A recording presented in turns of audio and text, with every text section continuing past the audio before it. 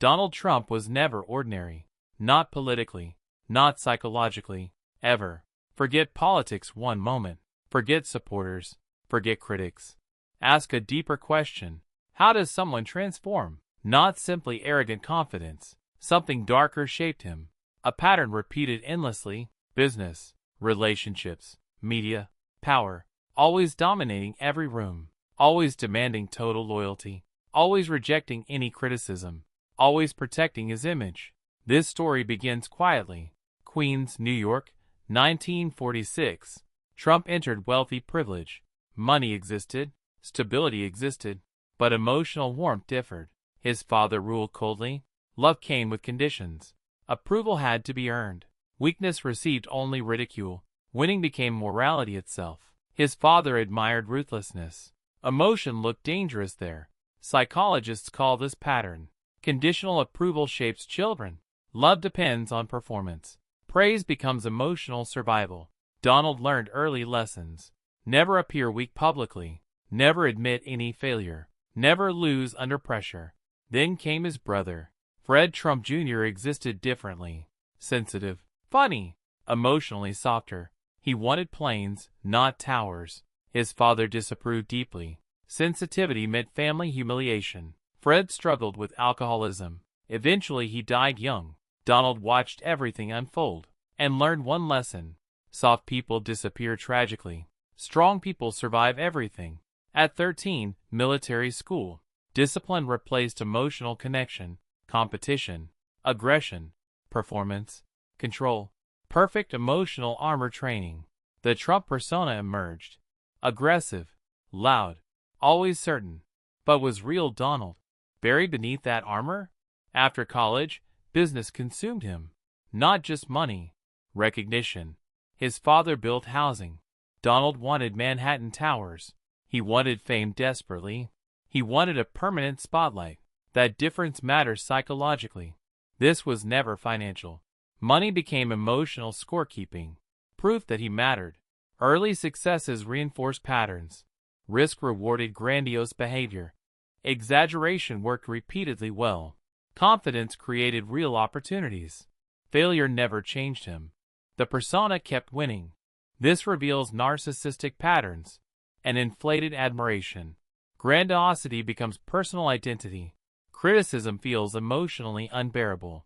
Trump praised himself constantly. A genius. The best. Not occasional confident bravado. A lifelong consistent pattern. Crowds became psychological oxygen. Attention fueled emotional survival. Rallies. Ratings. Headlines. Praise. Every spotlight fed him. Criticism triggered instant retaliation. Nicknames. Insults. Public humiliation. Anyone challenging became enemies. Journalists. Staff. Political allies. This resembles narcissistic injury. Perceived attacks feel personal. But narcissism explains partially. Another pattern exists underneath. Manipulation became strategically necessary. Perception mattered over reality. Trump understood the media brilliantly. He sold images constantly, even during public disasters. His brand survived repeatedly. That requires more confidence. It needs calculated manipulation. Psychologists call this Machiavellian. Strategic without emotional attachment. Truth always becomes flexible. Useful only when convenient. Trump mastered this strategy. Alternative realities protected him. Television amplified everything further. The Apprentice transformed culture. Millions watched weekly dominance. He fired people theatrically. The boardroom became a theater. Power looked absolute there. But behind those cameras, constant image manipulation existed.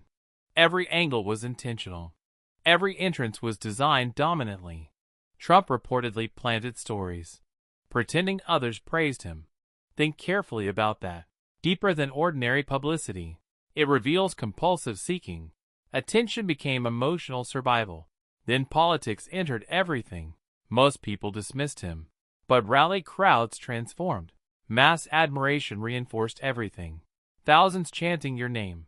Become psychologically intoxicating quickly. Rallies mattered beyond governance. They provided continuous emotional fuel. Trump prioritized public perception more than actual governance. Crowd sizes became an obsession. Approval ratings consumed him. Power never satisfied insecurity. It magnified instability further. Criticism felt always unbearable, even from closest allies.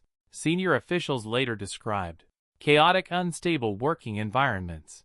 Many eventually turned against it. Some called him dangerous. Trump attacked them personally. Loyalty mattered over competence. Another pattern became visible. Persistent suspicion toward everyone. People were loyal supporters, or enemies needing destruction. No middle ground existed. Trust constantly collapsed everywhere. Even his falsehoods revealed a psychological emotional pattern. Exaggerations protected his image. Success, popularity, superior intelligence, not random purposeless lies. Defensive stories protecting identity. Some call this confabulation. Reality reshaped for protection. So what does this reveal? Trump reflects psychological collision. A harsh conditional childhood. A personality needing admiration. Decades rewarding those behaviors. Money, fame, political power. All three reinforced together, creating an unusually resilient persona. Maybe Trump believes himself. Maybe everything is performance. Possibly both exist simultaneously. That complexity fascinates psychologists. Many supporters admire confidence, his refusal to buckle. Others see dangerous patterns, grandiosity, manipulation, deep instability. Both interpretations hold truth. Human psychology stays complex. Trump fits no category. Neither hero nor villain. Perhaps something entirely different. A deeply wounded man, endlessly performing outer strength. Terrified weakness destroys everything. And maybe that possibility explains him beyond politics.